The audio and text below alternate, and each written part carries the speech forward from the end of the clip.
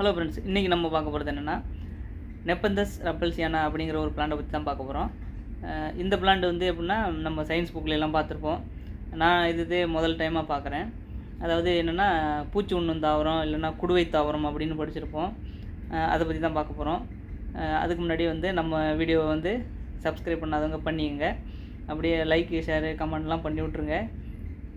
இந்த பிளான்ட்டில் பார்த்துக்கிட்டிங்கன்னா saint meet eating tropical picture plant, அப்புறம் கரினோ வைரஸ் பிளான்ட்டு, அப்புறம் இன்செக்டிவோரஸ் பிளான்ட்டு, மவுஸு, அப்புறம் வந்து பார்த்துக்கிட்டிங்கன்னா நெபந்தஸ் மிரண்டா, அப்புறம் வந்து பார்த்துக்கிட்டிங்கன்னா நெபந்தஸ் ராஜா அப்படிங்கிறது. இந்த பிளான்ட் வந்து பார்த்துக்கிட்டிங்கன்னா மடகாஸ்கர், அப்புறம் வந்து சவுத் ஈஸ்ட் ஆசியா, அப்புறம் வந்து ஆஸ்திரேலியா இந்த மாதிரி இடத்துலலாம் வந்து இது அதிகமாக அதை தான் வந்து அதோட பூர்வீகம் அங்கே தான் உருவானதாக நிறைய சொல்கிறாங்க. இந்த பிளான்ட் பார்த்துக்கிட்டிங்கன்னா ஒரு மாமிச உண்ணி, அதாவது ஒரு புழு பூச்சி ஏதாச்சும் பறந்து வந்து விழுந்துன்னா கண்டிப்பாக அது வந்து மூடி தின்றோம் அப்படின்னு சொல்லி போட்டிருக்காங்க.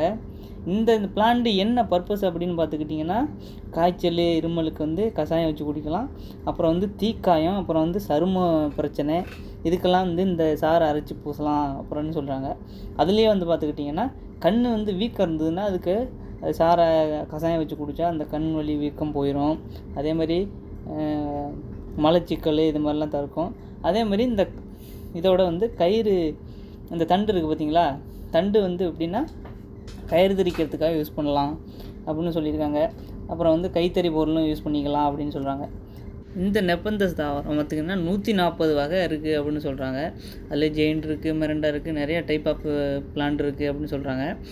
இதிலே ஃப்ளை ஈட்டர்னு ஒன்று இருக்குது. பூச்சை வந்து பார்த்திங்கன்னா சிப்பி மாதிரி இருக்கும், டக்குன்னு மூடிக்கும்.